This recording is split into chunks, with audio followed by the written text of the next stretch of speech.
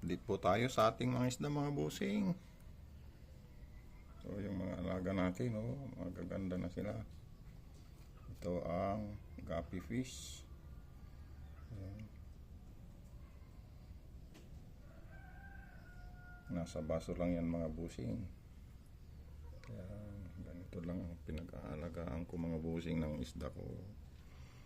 Dito lang ito sa harap ng trabahuan ko. Ayan.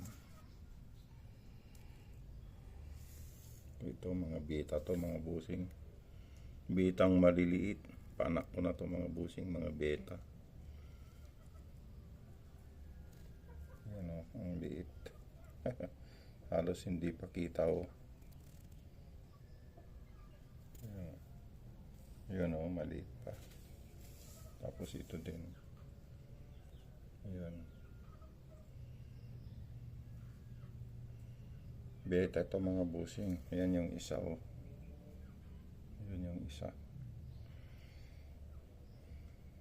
Paanak ko na yan mga busing. Maliliit. Nilagay ko lang sila sa bote ng alak na pinutol. Ayan, itong dalawang to. Medyo malaki na to. Pero ito sabay-sabay itong lumabas mga busing. Bakit may malalaki, may maliliit pa? Malaki na tong dalawang ito. Hindi sila humihinto sa pag-aaway. Palagi silang nag-aaway mga busing. Ayan,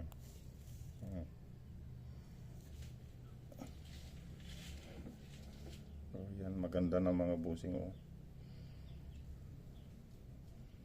Yan, nag-aaway.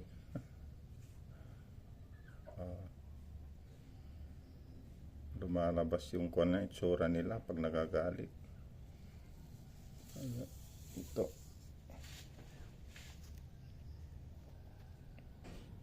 Ito rin. Nasaan siya? Yan, beta din to. Beta din to mga busing, babae.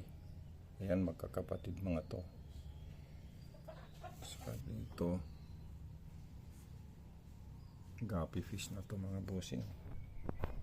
Guppy na to mga nandito. Ayan. Dito lang sa tabi ng workspace ko. Ayan o. Ganun lang pag-aalaga ko mga boss. Nagdidiplik lang ko natin. Ayan.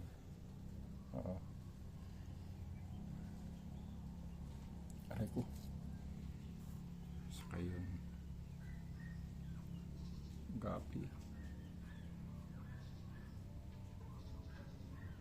Guppy yan. Nasa baso lang mga busing pero magaganda yung kuwan nila.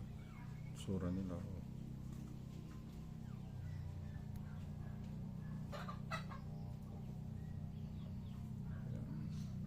Ito. Dito sa taas. Sarap mag-alaga ng isda pag ganito lang maliliit. Pangtanggal stress lang to mga busing yan. Nasa baso lang. Hindi naman yung pamumugaran ng kitikiti dahil kinakain nila yung kitikiti.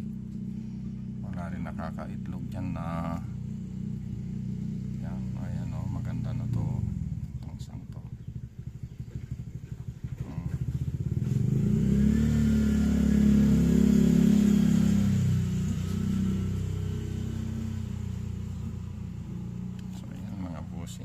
Yan yung setup natin.